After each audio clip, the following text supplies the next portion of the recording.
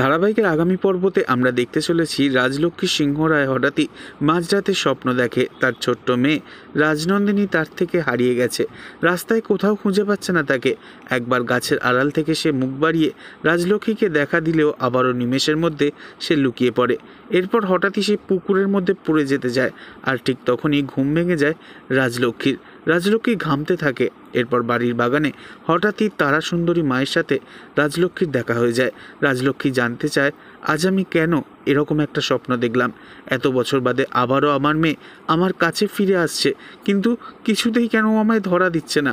এর উত্তর যে সত্যি আমার কাছে অজানা।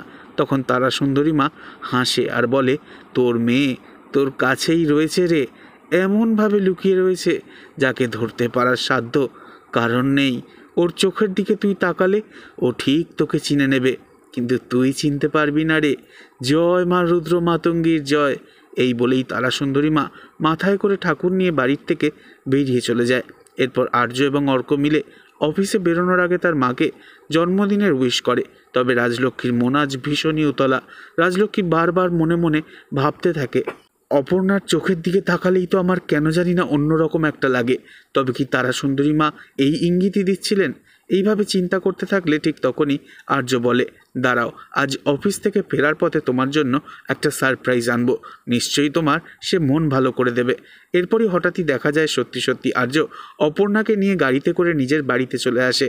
আর সেখানেই অপর্ণাকে দেখে অপর্ণার চোখের দিকে তাকিয়ে থাকে একভাবে রাজলক্ষ্মী সিংহ রায়, আর অপর্ণাকে নিজের বুকেতে টেনে নিয়ে জড়িয়ে ধরে। আর এই দৃশ্য দেখে ভীষণই খুশি হয় আর্য। তবে আর্য বলে, তার মানে এবার থেকে আমার ভালোবাসায় অপর্ণাও ভাগ বসালো, তাই তো? একথা শুনে রাজলক্ষ্মী হাসে আর আর্যকেও নিজের বুকেতে জড়িয়ে ধরে। এরপরই দেখা যায় বাড়িতে খাওয়া দাওয়ার আয়োজন করা হয়। আর রাজলক্ষ্মী অপর্ণাকে বলে, তোমাকে কিন্তু আজ না খাইয়ে ছাড়ছি না অপর্ণা। এত ভালোবাসার মাঝেও অপর্ণার মনের মধ্যে যেন কীরকম একটা অস্থিরতা তৈরি হয়ে যায়, কারণ রাজলক্ষ্মী হলো তো রাজনন্দিনীর মা।